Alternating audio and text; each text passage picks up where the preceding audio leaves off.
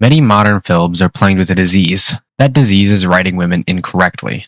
I have absolutely no issue with female lead roles, but there's a virus going around that fronts itself with the thesis that to be a strong female character, you have to be able to do what a man can do, except as a woman. There are too many things wrong with that. The main one being it actually degrades women by saying that women are only valuable if they can do what a man can do. Imagine being told that to be a strong female, you have to put off being a female and put on being a man. Kind of messed up. But before we get too far, let's look into the movie a little bit. A movie that has one of the strongest female leads in cinema, while also having one of the strongest male leads in cinema, all at the same time. I should let you know that this video contains spoilers. I'm also going to speed up the recap of the movie just a little bit for you guys.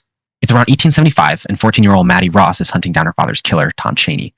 She hires an old, mean, and drunk U.S. Marshal named Rooster Cogburn to hunt him down so she can do away with him. Youthful and proud Texas Ranger LaBeef, played by Matt Damon, has been hunting Chaney down for quite a while now, and forces himself upon their posse in order to bring Chaney to Texas, where he can be hung. Rooster and LaBeef are constantly at odds and eventually end up separating to hunt him in their own regards. Maddie wakes up one morning to fetch water, where she encounters Chaney in the river. She shoots him in the rib, but he still manages to kidnap her and take her with them. The Marshal comes with a plan to fight the gang, but Maddie is left with Chaney, and he decides to kill her. As soon as he's about to kill her, LaBeef knocks him out and sets up with his rifle to help Cogburn, who's about 400 yards away. Cogburn, meanwhile, gets in a horseback showdown with the 4 members of the gang and manages to kill 3 of them before his horse gets shot and he's sprawled helpless on the ground. Just as Ned Pepper's about to shoot him, LaBeef snipes him off his horse and then gets knocked out by Chaney, who had woken up. Maddie fights for LaBeef's gun and wins, blasting Chaney off a cliff. But not before the kickback sends her tumbling down a snake-infested hole. She fights to get out, but she's been bitten. Then we see Marshal Cogburn coming to save her. He sucks the venom out, then gets pulled out the hole and he rides off to save her. They tirelessly ride the horse to death, and then Cogburn carries her for a couple more miles before finally reaching the help they need. At the end of the day, Maddie loses her arm and Rooster Cogburn left before she awoke. She tries to find him again, but by the time he wrote her, it had been 25 years. By the time she got to where he was, he had passed away just 3 days before her arrival. It's a beautiful story and entirely worth the watch. I could never do it justice. So first, let's talk about Maddie, the protagonist. This is a class act on how to actually write a strong female lead. I'll be comparing her a lot to different Hollywood characters, and I'll be using the MCU as the primary example on how not to write strong female MCs. MCs like Captain Marvel or She-Hulk are constantly relying on men to show the audience how strong they are, instead of writing them well enough to stand on their own 2 feet as a character. Their whole personality is dependent on poorly written men treating them like garbage. So how is Maddie different? She also has a quick tongue towards our male leads, while borderline swindling others. It's because Maddie is a strong female character while still being a woman. With almost every female MC in the MCU, and I'm mostly just talking about the modern MCU adaptation of those characters, Stan Lee did an amazing job with the original characters, as he actually knew how to write characters. They're absolutely butchering it right now. But anyway, back to what I was saying before. With almost every female MC in the MCU, they could just as easily be played by a man than as a woman. The only feminine part about them is the feminism. Yes, Maddie is a quick businesswoman and has a sharp tongue, but that doesn't make her manly. She gets easily attached to people and animals, she's weak, she can't use a gun, she's naive to hunting and camping, and she even thinks that going on a manhunt would be the same as hunting raccoons with her father.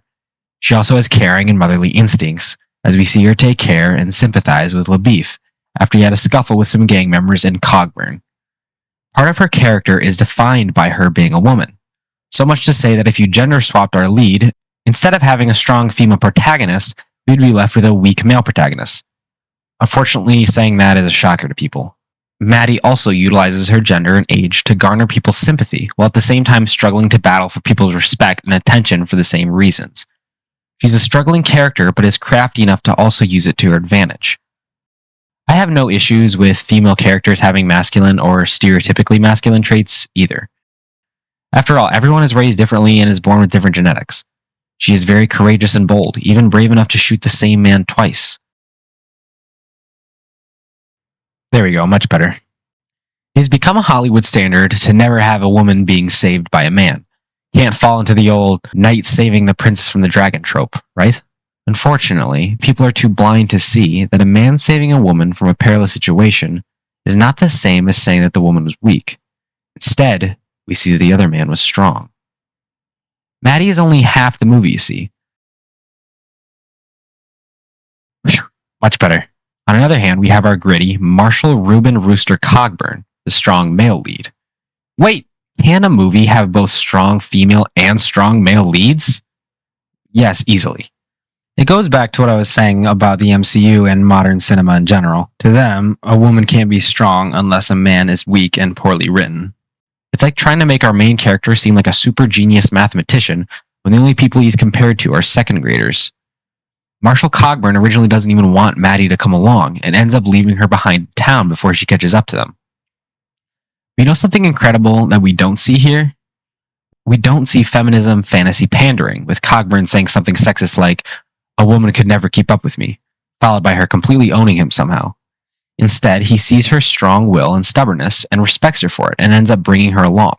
The strongness of our lead is not accentuated by the idiocy of a man. It is completely earned on her own. And Cogburn just lets that happen. We see his masculinity, honor, character, and grit throughout the movie.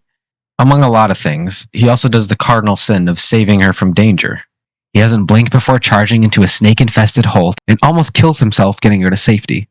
In probably the best sequence of the movie, we see him run Maddie's beloved horse to complete exhaustion, where he then has to shoots the horse, to put her out of her misery.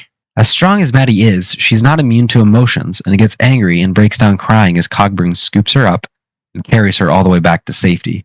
Cogburn is a perfect example of a truly strong male character and a great masculine role model. So how is it that you could have a strong female lead and a strong male lead and not have them butt heads? To a lot of directors, producers, companies, and audience, it's impossible. People seem to have the misunderstanding that to build one thing up, you must tear another down, which is honestly a really sad and messed up outlook on life. Thank you for watching, and please subscribe if you enjoyed. See ya.